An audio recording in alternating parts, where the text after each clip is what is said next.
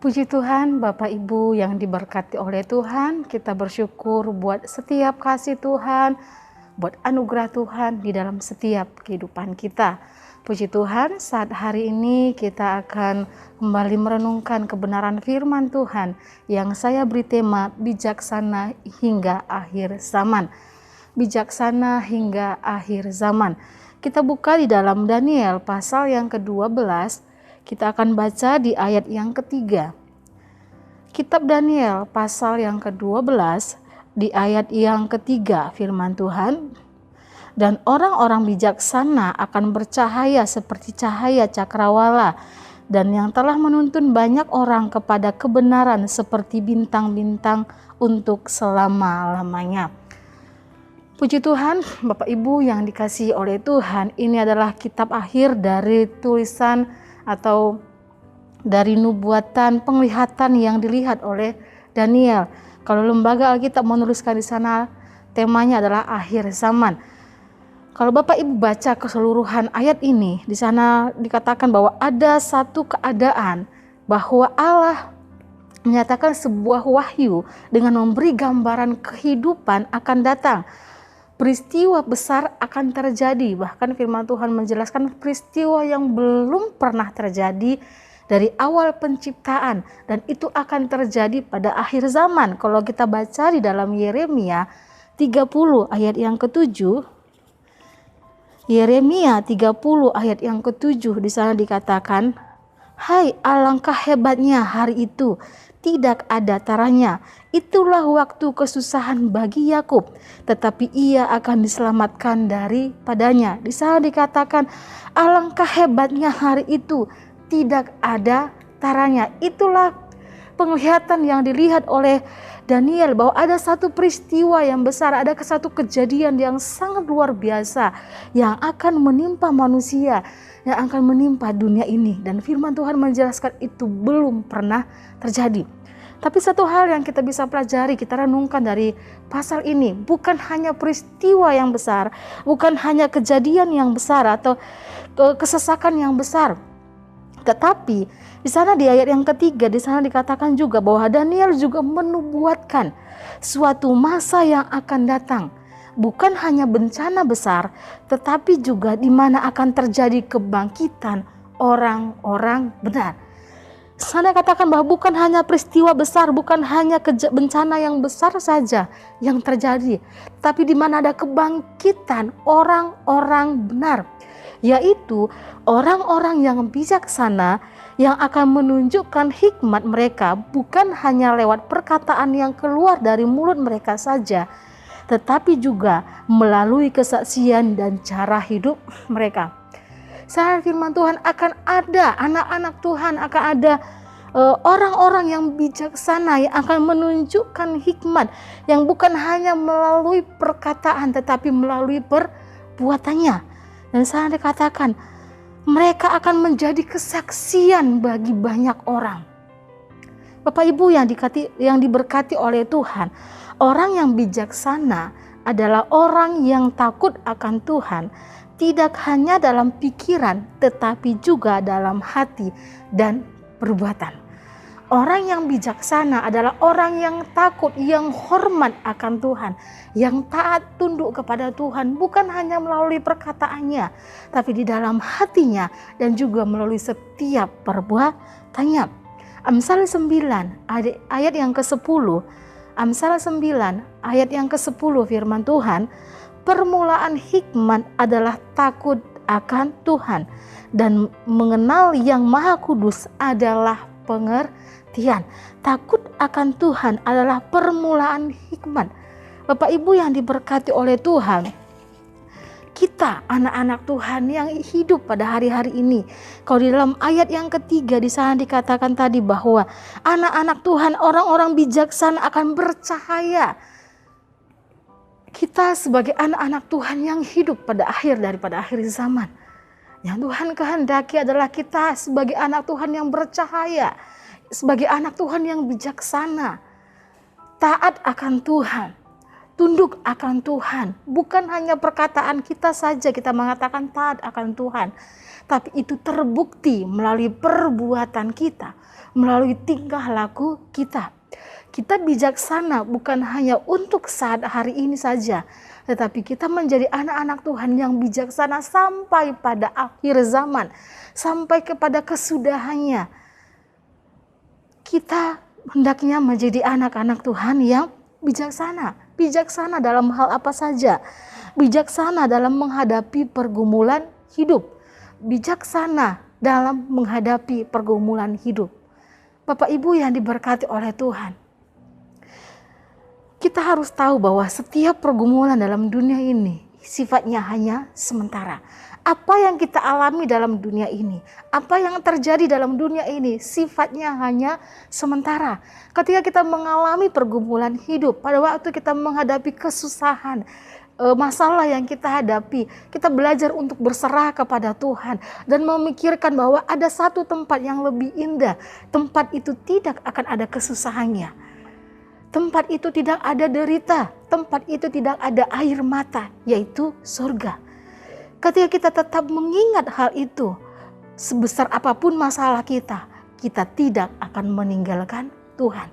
Karena kita tahu tujuan utama kita adalah surga yang mulia. Kita akan bertahan di dalam segala kesusahan kita. Kita akan bertahan di dalam segala masalah kita untuk tetap percaya, untuk tetap berharap kepada Tuhan. Yang kedua, bijaksana dalam memakai berkat yang Tuhan berikan. Bijaksana dalam memakai berkat yang Tuhan berikan. Bapak Ibu yang diberkati oleh Tuhan, orang-orang percaya meninggalkan Tuhan bukan hanya ketika mereka dalam persoalan. Kita bisa melupakan Tuhan bukan hanya ketika kita menghadapi masalah, tetapi kita juga bisa tergiur, kita juga bisa larut dalam berkat yang Tuhan berikan, sehingga pada akhirnya kita menyampingkan Tuhan. Berkat yang Tuhan berikan kepada kita pun itu sifatnya sementara. Ada berkat yang besar yang Tuhan siapkan bagi setiap orang yang tetap percaya kepada Tuhan. Kita harus ingat dan selalu renungkan, tanamkan di dalam hati kita. Tujuan utama kita adalah surga yang mulia. Masalah, persoalan, berkat yang Tuhan beri. Bagaimana kita menjadi anak-anak Tuhan yang bijaksana dalam segala hal. Baik menggunakan berkat itu, baik di dalam persoalan itu. Berkat yang Tuhan berikan, kita bisa pergunakan untuk menjadi berkat bagi orang lain. Yang ketiga, bijaksana dalam menyikapi setiap keadaan. Bijaksana dalam menyikapi setiap keadaan yang terjadi dalam dunia ini. Bapak Ibu yang dikasihi oleh Tuhan, kita hidup pada akhir zaman. Ada banyak penyesat. Iblis juga bekerja dengan cepat. Bagaimana supaya anak-anak Tuhan itu bisa percaya kepada mereka, meninggalkan Tuhan mereka dengan menunjukkan banyak hal, atau mungkin menunjukkan hal-hal yang enak secara daging. Di dalam 1 Tesalonika 5 ayat yang ke-21 di sana dikatakan, ujilah segala sesuatu dan peganglah yang baik. Firman Tuhan, ujilah segala sesuatu dan peganglah yang baik. Kita punya kebenaran firman Tuhan.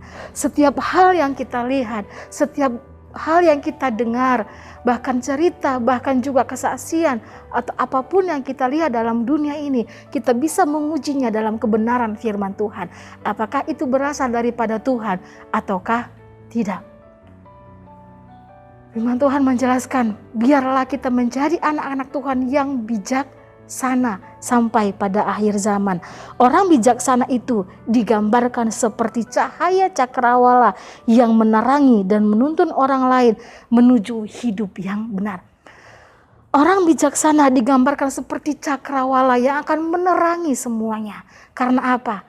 Kita sebagai anak-anak Tuhan tampil sebagai anak Tuhan, menjadi berkat, menjadi contoh, menjadi teladan dalam segala hal. Baik menggunakan berkat, baik menggunakan segala fasilitas yang Tuhan berikan, baik dalam persoalan, kita bisa menjadi berkat. Dan ketika kita menjadi contoh, itu bisa dilihat orang banyak. Dan melalui kita, orang lain boleh percaya kepada Tuhan. Apa yang membuat kita dapat menuntun orang kepada kebenaran? Yang pertama, karena ada Roh Kudus di dalam setiap hidup kita. Karena apa? Kenapa bisa kita menarik mereka kepada kebenaran? Karena ada Roh Kudus di dalam setiap hidup kita. Daniel pasal yang ke-6 ayat yang ke-4 di sana dikatakan, maka Daniel ini melebihi para pejabat tinggi dan para wakil raja itu, karena ia mempunyai roh yang luar biasa dan raja bermaksud untuk menempatkannya atas seluruh kerajaannya. Contoh yang besar adalah Daniel, bagaimana dia menjadi berkat di tanah Babel. Yang kedua, ada terang Kristus di dalam kita. Ada terang Kristus yang hidup, yang tinggal dalam setiap kehidupan kita. Bapak Ibu yang diberkati oleh Tuhan, ada satu perumpamaan di dalam Lukas 6 ayat yang ke-39. Di sana dikatakan, Yesus mengatakan pula suatu perumpamaan kepada mereka. Dapatkah orang buta menuntun orang buta? Bukankah keduanya akan jatuh dalam lubang? Buta di sini bukan berarti buta secara jasmani, tetapi buta secara rohani. Buta secara rohani adalah orang-orang yang meninggalkan Tuhan. Orang-orang yang tidak percaya kepada Tuhan. Orang-orang yang dulunya percaya kepada Tuhan, tapi pada akhirnya meninggalkan Tuhannya. Itu adalah buta secara rohani. Tapi kita sebagai anak-anak Tuhan, supaya kita bisa menuntun orang buta itu, mata kita harus melek terlebih dahulu. Kita harus bisa melihat terang itu, supaya apa? Kita bisa membawa mereka kepada terang, dan mereka juga bisa percaya kepada Tuhan. Firman Tuhan di dalam Matius pasal 5 ayat 14 sampai dengan ayat yang ke-16. Di sana jelas firman Tuhan. Matius pasal yang ke-5 ayat yang ke-14 sampai dengan ayat yang ke-16. Firman Tuhan, kamu adalah terang dunia, kota yang terletak di atas gunung, tidak mungkin tersembunyi. Lagi pula orang tidak menyalakan pelita lalu meletakkannya di bawah gantang, melainkan di atas kaki dian sehingga menerangi semua orang di dalam rumah itu. Demikianlah hendaknya terangmu bercahaya di depan orang, supaya mereka melihat perbuatanmu yang baik dan memuliakan Bapamu yang di surga. Di sana dijelaskan kita adalah terang. Biarlah setiap terang itu bercahaya. Kita sebagai anak-anak Tuhan adalah terang firman Tuhan.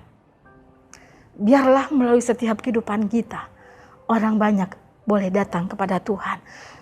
Karena itu Bapak Ibu yang diberkati oleh Tuhan, jadilah anak Tuhan yang bijaksana.